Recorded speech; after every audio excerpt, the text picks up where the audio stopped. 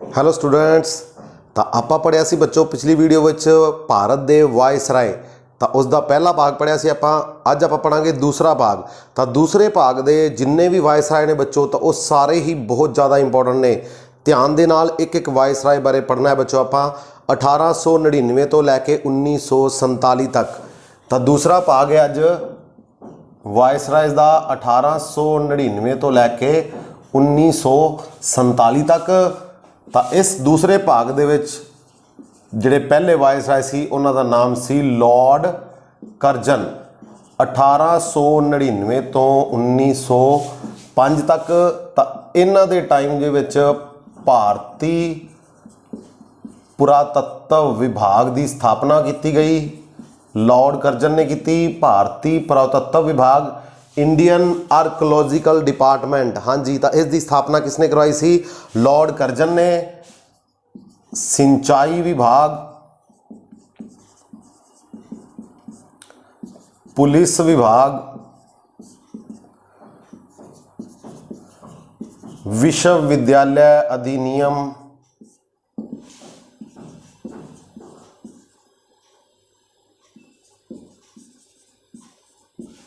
और most important Bengal दी वंड, the partition of Bengal 1905,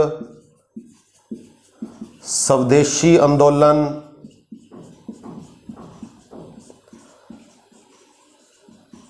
7 अगस्त 1905 ਨੂੰ ਸ਼ੁਰੂ ਹੋਇਆ ਸੀ। ਹਾਂਜੀ ਬੱਚੋ, ਤਾਂ ਮੋਸਟ ਇੰਪੋਰਟੈਂਟ ਸੈਕਿੰਡ ਪਾਰਟ ਦੇ ਵਿੱਚ ਜਿਹੜੇ ਪਹਿਲੇ ਵਾਇਸਰਾਏ ਹੋਏ 1899 ਤੋਂ 1905, ਲਾਰਡ ਕਰਜ਼ਨ। ਹਾਂਜੀ, ਤਾਂ ਇਹਨਾਂ ਤੋਂ ਆਪਾਂ ਕਰਜ਼ਾ ਹੀ ਲਿਆ ਸੀ। ਇਹ ਸਮਝੋ, ਕਰਜ਼ਾ ਲੈ ਕੇ ਆਪਾਂ ਆ ਚੀਜ਼ਾਂ ਦੀ ਸਥਾਪਨਾ ਕੀਤੀ। ਕਰਜ਼ਾ ਲਿਆ ਪਹਿਲਾਂ ਭਾਰਤੀ ਪੁਰਾਤੱਤਵ ਵਿਭਾਗ ਦੀ ਸਥਾਪਨਾ ਕਰਨ ਵਾਸਤੇ, ਇੰਡੀਅਨ ਆਰਕੋਲੋਜੀਕਲ ਡਿਪਾਰਟਮੈਂਟ ਵਾਸਤੇ, ਸਿੰਚਾਈ ਵਿਭਾਗ, ਇਰੀਗੇਸ਼ਨ ਡਿਪਾਰਟਮੈਂਟ, ਫਿਰ ਕਰਜ਼ਾ ਲੈਣਾ ਪਿਆ ਕਰਜ਼ਨ ਤੋਂ। ਇਸ ਤਰੀਕੇ ਨਾਲ ਤੁਸੀਂ ਯਾਦ ਰੱਖ ਸਕਦੇ ਹੋ ਬੱਚੋ। ਪੁਲਿਸ ਵਿਭਾਗ, ਪੁਲਿਸ ਡਿਪਾਰਟਮੈਂਟ, ਔਰ ਮੋਸਟ ਇੰਪੋਰਟੈਂਟ ਯੂਨੀਵਰਸਿਟੀ, ਹਾਂਜੀ, ਐਕਟ ਬਣਾਇਆ ਗਿਆ ਕਿਸ ਦੇ ਟਾਈਮ ਦੇ ਵਿੱਚ? ਲਾਰਡ ਕਰਜ਼ਨ ਦੇ ਟਾਈਮ। ਯਾਨੀ ਕਿ ਪੜ੍ਹਾਈ ਦੇ ਵਾਸਤੇ ਵੀ ਆਪਾਂ ਨੂੰ ਕਰਜ਼ਾ ਲੈਣਾ ਪਿਆ।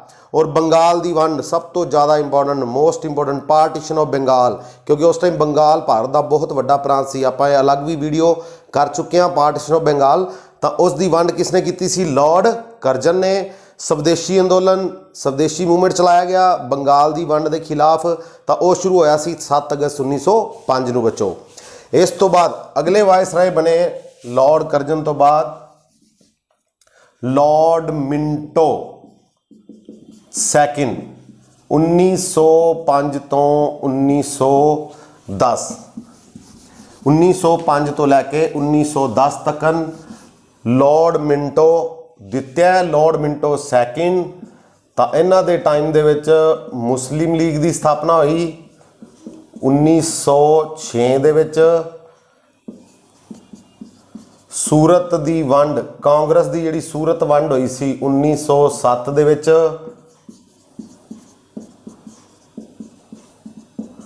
ਮਿੰਟੋ ਮਾਰਲੇ ਸੁਧਾਰ 1909 ਦੇ ਵਿੱਚ। ਠੀਕ ਹੈ ਬੱਚੋ, ਮਿੰਟਾਂ ਸਕਿੰਟਾਂ ਦੇ ਵਿੱਚ। ਹਾਂਜੀ, ਇਸ ਤਰੀਕੇ ਨਾਲ ਯਾਦ ਰੱਖ ਸਕਦੇ ਹਾਂ, ਮਿੰਟਾਂ ਸਕਿੰਟਾਂ ਦੇ ਵਿੱਚ।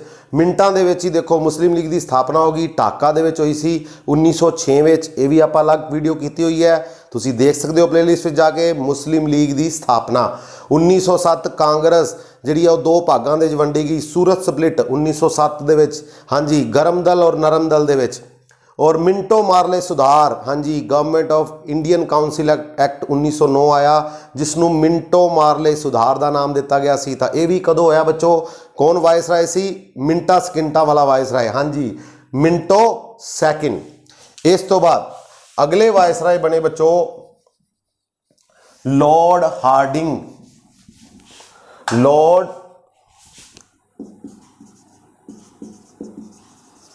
हार्डिंग सैकिंड 1910 तो लैके 1916 तक। तो इन्हां दे टाइम दे विच बच्चों की होया? दिल्ली दरबार होया। भारत दे विच कौन आया सी? जॉर्ज पंचम। और उस दिल्ली दरबार दे विच पहली बारी जन गण मन गाया गया। कलकत्ता तो राजधानी किहड़ी बन गई? बदल के दिल्ली। तो हुण भारत की राजधानी बन गई बच्चों दिल्ली। बंगाल की वंड नूं इन्हां ने रद्द किया।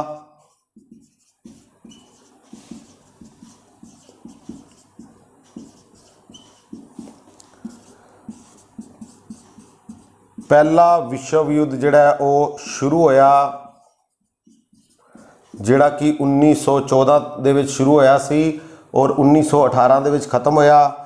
और हिंदू महासभा की स्थापना की गई।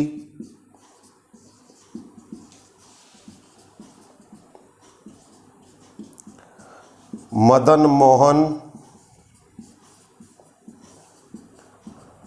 मालवीय जी ने की सी 1915 दे विच। हाँ जी, लॉर्ड हार्डिंग तो लॉर्ड हार्डिंग तो हार्ड काम होया इन्हां दे टाइम से, इन्हां नूं हार्ड डिसीजन लेने पे बच्चों। देखो दिल्ली दरबार का आयोजन किया इन्हां ने 1911 दे विच। और भारत की राजधानी जिहड़ी वो कलकत्ता तो बदल के की बना दी दिल्ली। तो उदों तो बाद ही भारत की हुण राजधानी किहड़ी है बच्चों दिल्ली। यानी कि हार्ड तो सख्त निर्णय होए इन्हां दे टाइम दे विच। दिल्ली दरबार होया, जॉर्ज पंचम भारत में आए सी, उन्हां दी आन दे आगमन दे विच गुरु रविंद्र नाथ दा लिखा होया जन गण मन पहली बारी गाया गया सी बच्चों इत्थे। और दिल्ली भारत की राजधानी बन गई। बंगाल की वंड नूं रद्द किया, मोस्ट इंपोर्टेंट। करजन ने बंगाल की वंड की सी, पार्टीशन की सी, तो उसनूं रद्द किने किया, अबॉलिश किने किया, लॉर्ड हार्डिंग ने। पहला विश्व युद्ध जिहड़ा शुरू होया बच्चों, ये भी आप अलग वीडियो की हुई है। और हिंदू महासभा की स्थापना की किसने, मदन मोहन मालवीय जी ने 1915 दे विच। तां ये कुछ हार्ड डिसीजन जिहड़े ने वो किस दे टाइम दे होए सी, लॉर्ड हार्डिंग दे टाइम, जिहड़े कि उस टाइम भारत दे वायसराय सी बच्चों। उस तो बाद अगले वायसराय बने बच्चों सब तो ज़्यादा important, most important viceroy Lord Chelmsford. 1916 तो 1921 तक इन्हां दे टाइम दे विच होम रूल अंदोलन की स्थापना हुई। लखनऊ समझौता होया।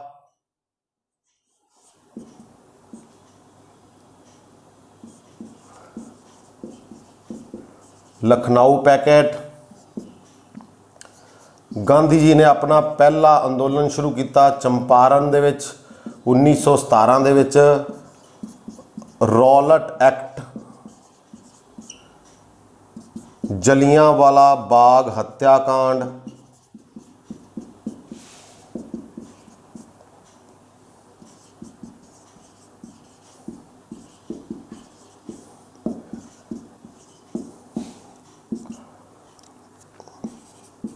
गांधी जी ने नॉन कोऑपरेशन मूवमेंट चलाया, असहयोग आंदोलन 1920, खिलाफत आंदोलन। तो ये सारे ही चैम्सफोर्ड, हाँ जी, तो पूरी तरह फोड़ दिता इन्होंने इंडिया नूं। किसने फोड़िया, हाँ जी, बहुत ऐसे काम होए। हत्याकांड होया देखो जलियांवाले बाग दा, द बिग मैसक्रैस ऑफ जलियांवाला। 13 अप्रैल 1919 नूं ये हत्याकांड होया अमृतसर दे विच। तो उस टाइम वायसराय कौन सी, चैम्सफोर्ड। पूरी तरह फोड़ दिता, हाँ जी, भारतीयों नूं।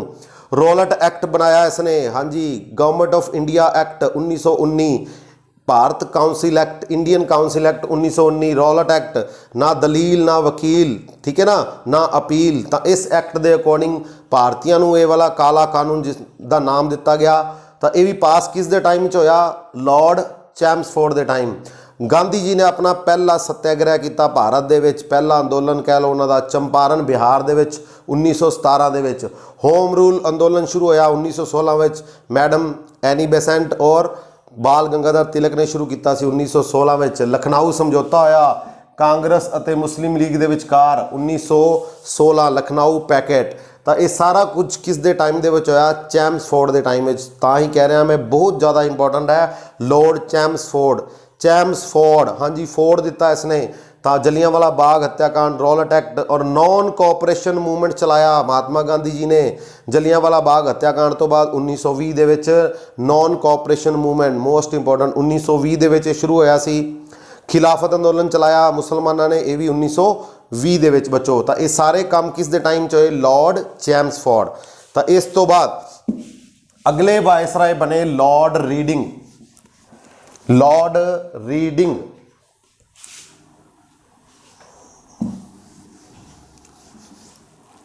ਲਾਰਡ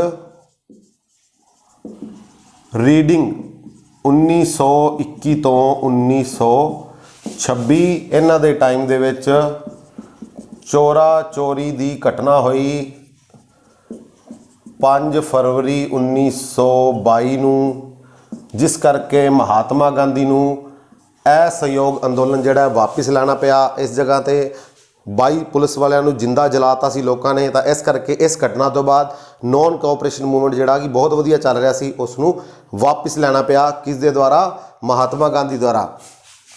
ਸਵਰਾਜ ਪਾਰਟੀ ਦੀ ਸਥਾਪਨਾ ਹੋਈ ਇਸ ਦੇ ਟਾਈਮ ਦੇ ਵਿੱਚ 1923 ਦੇ ਵਿੱਚ। ਕਾਕੋਰੀ ਰੇਲ ਕਾਂਡ ਹੋਇਆ 1925 ਔਰ ਭਾਰਤ ਵਿੱਚ ਹੁਣ ਕੀ ਹੋਏਗੀ? ਸਿਵਲ ਸੇਵਾ ਦੀ ਪ੍ਰੀਖਿਆ ਦਾ ਕੇਂਦਰ ਬਣੇਗਾ। ਇੰਗਲੈਂਡ ਦੇ ਨਾਲ ਨਾਲ ਭਾਰਤ ਵਿੱਚ ਵੀ ਹੁਣ ਸਿਵਲ ਸੇਵਾ ਪ੍ਰੀਖਿਆ ਦਾ ਜਿਹੜਾ ਸੈਂਟਰ ਬਣੇਗਾ। ਹਾਂਜੀ, ਰੀਡਿੰਗ ਦਾ ਮਤਲਬ ਹੁੰਦਾ ਪੜ੍ਹਨਾ। ਤਾਂ ਇਸ ਤਰੀਕੇ ਨਾਲ ਤੁਸੀਂ ਯਾਦ ਰੱਖ ਸਕਦੇ ਹੋ। ਸਿਵਲ ਸੇਵਾ ਦੀ ਜਿਹੜੀ ਪ੍ਰੀਖਿਆ ਪਹਿਲਾਂ ਲੰਡਨ ਦੇ ਵਿੱਚ ਹੁੰਦੀ ਸੀ, ਤਾਂ ਹੁਣ ਉਸ ਦਾ ਸੈਂਟਰ ਜਿਹੜਾ ਉਹ ਭਾਰਤ ਦੇ ਵਿੱਚ ਵੀ ਬਣੇਗਾ। ਤਾਂ ਰੀਡਿੰਗ ਪੜ੍ਹਨ ਨਾਲ ਜੋੜ ਸਕਦੇ ਹੋ। ਠੀਕ ਹੈ ਬੱਚੋ। ਔਰ ਕਾਕੋਰੀ ਰੇਲ ਕਾਂਡ ਹੋਇਆ 1925, ਸਵਰਾਜ ਪਾਰਟੀ ਦੀ ਸਥਾਪਨਾ ਹੋਈ ਔਰ ਚੋਰਾ ਚੋਰੀ ਦੀ ਘਟਨਾ ਹੋਈ। ਇਹ ਵੀ ਕਿਸ ਦੇ ਟਾਈਮ 'ਚ ਹੋਈ? ਲਾਰਡ ਰੀਡਿੰਗ ਦੇ ਟਾਈਮ। ਉਸ ਤੋਂ ਬਾਅਦ ਅਗਲੇ ਵਾਇਸਰਾਏ ਬਣੇ ਬੱਚੋ ਲਾਰਡ ਇਰਵਿਨ। ਲਾਰਡ ਇਰਵਿਨ 1926 ਤੋਂ 31। ਇਹਨਾਂ ਦੇ ਟਾਈਮ ਦੇ ਵਿੱਚ 1928 ਦੇ ਵਿੱਚ ਨਹਿਰੂ ਰਿਪੋਰਟ ਪੇਸ਼ ਕੀਤੀ ਗਈ। ਸਾਈਮਨ ਕਮਿਸ਼ਨ ਭਾਰਤ ਦੇ ਵਿੱਚ ਆਇਆ ਜਿਸ ਦਾ ਵਿਰੋਧ ਹੋਇਆ ਔਰ ਜਿਸ ਦਾ ਵਿਰੋਧ ਕਰਦੇ ਹੋਏ ਲਾਲਾ ਲਾਜਪਤ ਰਾਏ ਦੀ ਜਿਹੜੀ ਉਹ ਮੌਤ ਹੋ ਜਾਂਦੀ ਹੈ। ਇਹ ਵੀ 1928 ਦੇ ਵਿੱਚ ਹੋਇਆ ਸੀ। 1930 ਫਸਟ ਰਾਊਂਡ ਟੇਬਲ ਪਹਿਲੀ ਗੋਲਮੇਜ ਹੋਈ ਔਰ 1931 ਗਾਂਧੀ ਇਰਵਿਨ ਪੈਕਟ। ਹਾਂਜੀ, ਇਰਵਿਨ ਠੀਕ ਹੈ ਨਾ। ਆਣਾ ਤਾਂ ਆਣ ਦੀ ਸ਼ੁਰੂਆਤ ਹੋ ਗਈ। ਦੇਖੋ ਨਹਿਰੂ ਰਿਪੋਰਟ ਆਈ ਭਾਰਤ ਸਰਕਾਰ ਵੱਲੋਂ, ਭਾਰਤੀਆਂ ਨੇ ਨਹਿਰੂ ਰਿਪੋਰਟ ਬਣਾਈ। ਸਾਈਮਨ ਕਮਿਸ਼ਨ ਭਾਰਤ ਦੇ ਵਿੱਚ ਆਇਆ ਜਿਸ ਦਾ ਵਿਰੋਧ ਹੋਇਆ ਕਿਉਂਕਿ ਇਸ ਦੇ ਵਿੱਚ ਸਾਰੇ ਹੀ ਮੈਂਬਰ ਜਿਹੜੇ ਨੇ ਅੰਗਰੇਜ਼ ਸੀ, ਜਿਸ ਦਾ ਵਿਰੋਧ ਕਰਦੇ ਹੋਏ ਲਾਲਾ ਲਾਜਪਤ ਰਾਏ ਜੀ ਦੀ ਮੌਤ ਹੋ ਜਾਂਦੀ ਹੈ। ਪਹਿਲੀ ਗੋਲਮੇਜ ਕਾਨਫਰੰਸ ਹੋਈ, first round table conference London ਦੇ ਵਿੱਚ। ਔਰ 1931 most important Gandhi Irwin packet. Gandhi ਔਰ ਲਾਰਡ ਇਰਵਿਨ ਦੇ ਵਿਚਕਾਰ ਜਿਹੜਾ ਸਮਝੌਤਾ ਆਇਆ ਉਸ ਨੂੰ ਗਾਂਧੀ ਇਰਵਿਨ ਪੈਕਟ ਦਾ ਨਾਮ ਦਿੱਤਾ ਗਿਆ ਹੈ। ਇਹ ਵੀ 1931 ਦੇ ਵਿੱਚ ਹੋਇਆ। ਤਾਂ ਇਹ ਸਾਰੇ ਕੰਮ ਕਿਸ ਦੇ ਟਾਈਮ 'ਚ ਹੋਏ? ਲਾਰਡ ਇਰਵਿਨ ਜਦੋਂ ਭਾਰਤ ਦੇ ਵਾਇਸਰਾਏ ਸੀ। ਇਸ ਤੋਂ ਬਾਅਦ ਅਗਲੇ ਵਾਇਸਰਾਏ ਬਣੇ ਬੱਚੋ ਲਾਰਡ ਵਿਲਿੰਗਡਨ। ਲਾਰਡ ਵਿਲਿੰਗਡਨ ਤਾਂ 1926 ਤੋਂ ਲੈ ਕੇ 31 ਤੋਂ 36 ਤੱਕ ਲਾਰਡ ਵਿਲਿੰਗਡਨ। ਤਾਂ ਇਹਨਾਂ ਦੇ ਟਾਈਮ ਦੇ ਵਿੱਚ ਦੂਜੀ ਅਤੇ ਤੀਜੀ ਗੋਲਮੇਜ ਹੋਈ ਲੰਡਨ ਦੇ ਵਿੱਚ। Government of India act Bharat ਸਰਕਾਰ ਅਧਿਨਿਯਮ 1935 ਪਾਸ ਦੀ ਤਜਵੀਜ਼ ਰੱਖੀ ਗਈ ਇਹਨਾਂ ਦੇ ਟਾਈਮ ਦੇ ਵਿੱਚ। ਔਰ 1932 ਦੇ ਵਿੱਚ ਗਾਂਧੀ ਅਤੇ ਅੰਬੇਡਕਰ ਜੀ ਦੇ ਵਿਚਕਾਰ ਕੀ ਹੋਇਆ? ਪੂਨਾ ਸਮਝੌਤਾ। ਹਾਂਜੀ ਬੱਚੋ, ਸੈਕਿੰਡ ਅਤੇ ਥਰਡ ਜਿਹੜੀ ਰਾਊਂਡ ਟੇਬਲ ਹੋਈ ਉਹ ਹੋਈ ਸੀ ਲਾਰਡ ਵਿਲਿੰਗਡਨ ਵੈਲ। ਠੀਕ ਹੈ ਨਾ। ਕੁਝ ਚੰਗੇ ਕੰਮ ਹੋਏ। ਦੇਖੋ ਸੈਕਿੰਡ ਤੇ ਥਰਡ ਗੋਲਮੇਜ ਹੋਈ। ਸਿਰਫ ਦੂਸਰੀ ਗੋਲਮੇਜ ਦੇ ਵਿੱਚ ਮਹਾਤਮਾ ਗਾਂਧੀ ਨੇ ਹਿੱਸਾ ਲਿਆ ਸੀ, ਪਹਿਲੀ ਤੇ ਤੀਜੀ ਵਿੱਚ ਹਿੱਸਾ ਨਹੀਂ ਲਿਆ ਸੀ। ਔਰ ਤਿੰਨੋਂ ਦੇ ਵਿੱਚ ਹਿੱਸਾ ਕਿਸ ਨੇ ਲਿਆ ਸੀ? ਡਾਕਟਰ BR ਅੰਬੇਦਕਰ ਜੀ ਨੇ। ਅੰਬੇਦਕਰ ਜੀ ਔਰ ਗਾਂਧੀ ਜੀ ਦੇ ਵਿਚਕਾਰ 1932 'ਚ ਪੂਨਾ ਪੈਕਟ ਹੋਇਆ, ਪੂਨਾ ਸਮਝੌਤਾ ਹੋਇਆ। ਰਿਜ਼ਰਵੇਸ਼ਨ ਨੂੰ ਲੈ ਕੇ, ਹਰੀਜਨ ਸੀਟਾਂ ਨੂੰ ਲੈ ਕੇ।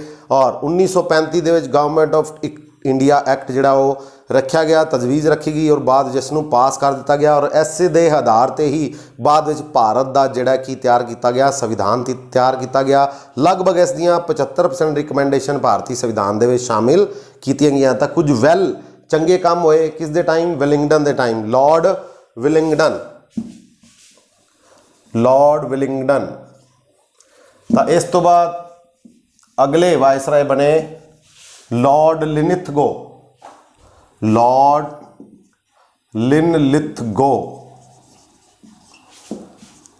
ਇਹ ਲੰਬੇ ਸਮੇਂ ਤੱਕ ਭਾਰਤ ਦੇ ਵਾਇਸਰਾਏ ਰਹੇ 1936 ਤੋਂ 1944।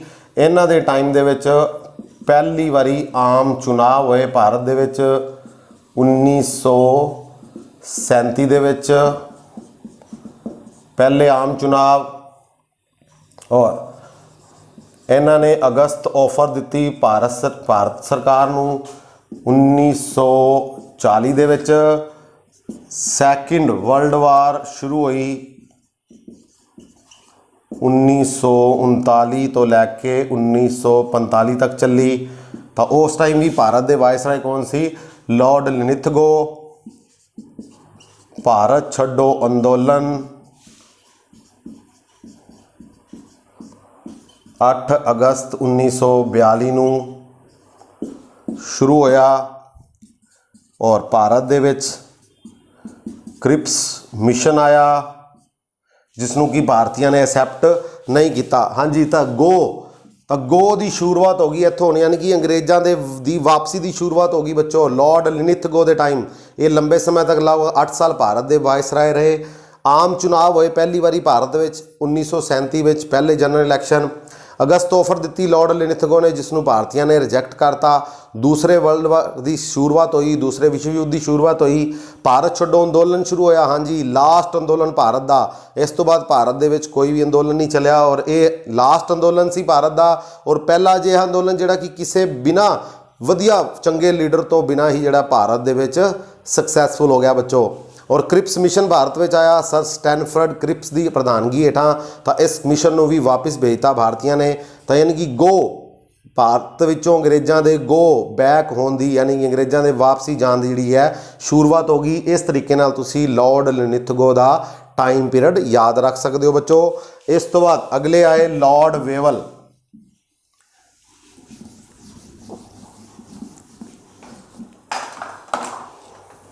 ਲਾਰਡ ਵੇਵਲ 1944 ਤੋਂ 1947। ਤਾਂ ਵੇਵਲ ਪਲਾਨ ਲੈ ਕੇ ਆਏ, ਵੇਵਲ ਯੋਜਨਾ ਇਹਨਾਂ ਨੇ ਲਿਆਂਦੀ। ਔਰ ਦੂਜਾ ਵਿਸ਼ਵ ਯੁੱਧ ਜਿਹੜਾ ਉਹ ਖਤਮ ਹੋ ਗਿਆ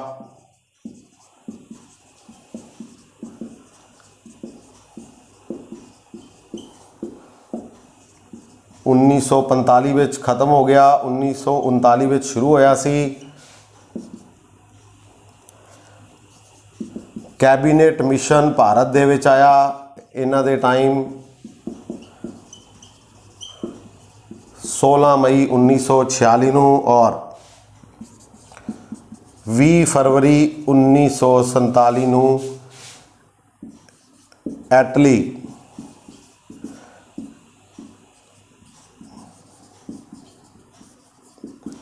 ਹਾਂਜੀ। ਤਾਂ ਵੇਵਲ ਹਾਂਜੀ, ਕੁਝ ਅੱਛੀਆਂ ਵੇਵਸ ਜਿਹੜੀਆਂ ਨੇ ਉਹ ਭਾਰਤ ਵਾਲੇ ਸਾਈਡ ਤੇ ਆ ਗਈਆਂ। ਦੇਖੋ, ਇੱਕ ਤਾਂ ਦੂਸਰਾ ਵਿਸ਼ਵ ਯੁੱਧ ਖਤਮ ਹੋ ਗਿਆ।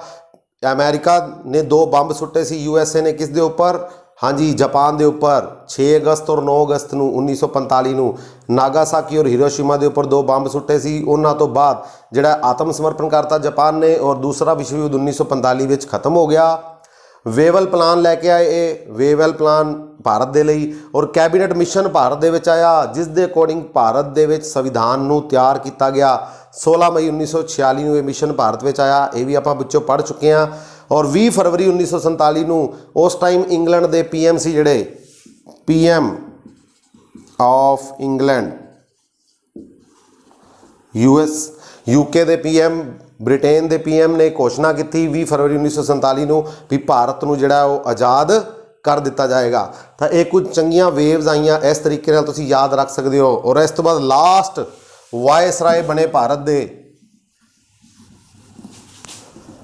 और 1946 दे विच ही भारत दे विच अंतरिम सरकार बनी, और भारत दे उस टाइम अंतरिम सरकार दे PM कौन बने? नेहरू। हाँ जी, तो भारत दे विच इंटरिम गवर्नमेंट बनाई गई और उसके प्रधानमंत्री बने नेहरू, और बाद विच यही जिहड़ी गवर्नमेंट लगभग वो भारत दे विच बनी। तो ये भी किस दे टाइम च होया? वेवल दे टाइम दे विच अंतरिम सरकार बनी भारत दे विच, और लास्ट वायसराय बने लॉर्ड माउंटबेटन 1947 तो 48 तक। और इन्हों ने माउंटबेटन योजना पेश की 3 जून 1947 नूं, और भारत नूं आज़ादी मिली 15 अगस्त 1947 नूं, और 2 बाउंड्री कमीशन बने। रैड क्लिफ जिहड़ी कि भारत अते पाकिस्तान दे विचकार लाइन खिंची गई, रैड क्लिफ लाइन। तो वो रैड क्लिफ बाउंड्री कमीशन बिठाया किसने? माउंटबेटन ने। भारत को आज़ादी मिली, माउंटबेटन प्लान उन्होंने दिता 3 जून 1947 नूं।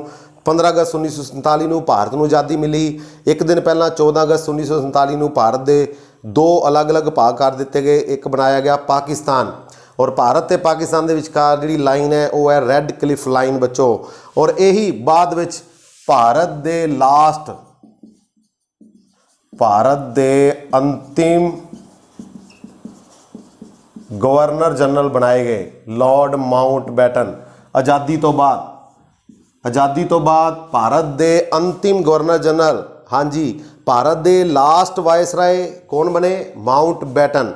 और आज़ादी तो बाद पहले ते लास्ट अंतिम अंग्रेज गवर्नर जनरल कौन बने? वो भी कौन बने? भारत दे माउंटबेटन। और इस तो बाद 1948 तो 1950 तक भारत दे सी राज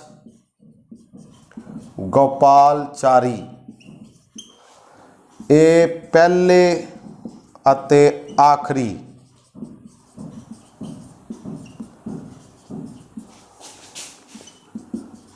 गवर्नर जनरल आज़ाद भारत दे।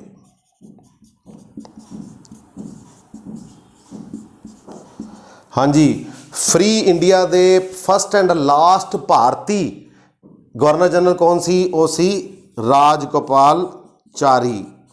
आज़ाद भारत दे पहले ते आखिरी भारती गवर्नर जनरल जे एक क्वेश्चन आ जाए तो वो सी राजगोपालचारी।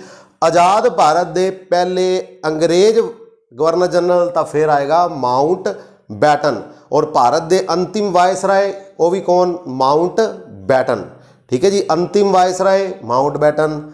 आज़ाद भारत दे पहले अंग्रेज गवर्नर जनरल तो वो कौन? माउंटबेटन। आज़ाद भारत दे पहले भारती पहले ते आखिरी, क्योंकि इस तो बाद गवर्नर जनरल की पोस्ट नूं जिहड़ा की कर दिता गया, खत्म कर दिता गया, और भारत दे विच राष्ट्रपति की जिहड़ी पोस्ट है वो बना दी गई भारत के संविधान नूं लागू करन तो बाद 26 जनवरी 1950 तो बाद। ठीक है बच्चों, तो ये सी अपना अज का सैकेंड पार्ट भारत दे वायसराय भाग दूसरा 1899 तो लैके 1947-48 तक भारत के जिहड़े लास्ट वायसराय सी। ये सारे ही बड़े इंपोर्टेंट ने, अच्छी तरह इन्होंने याद रखना बच्चों।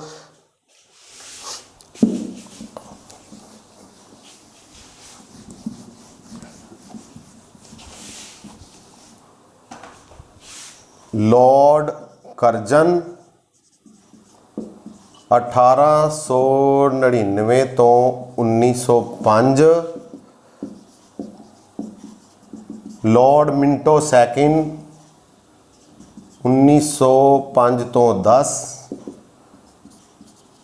लॉर्ड हार्डिंग सैकिंड 1910 तो 1916, लॉर्ड चैम्स फोर्ड 1916 तो 1921, लॉर्ड रीडिंग 1921 तो 26, लॉर्ड इरविन 26 तो 1931, लॉर्ड विलिंगडन 21 तो 36, लॉर्ड लिनलिथगो 1936 तो 1944, लॉर्ड वेवल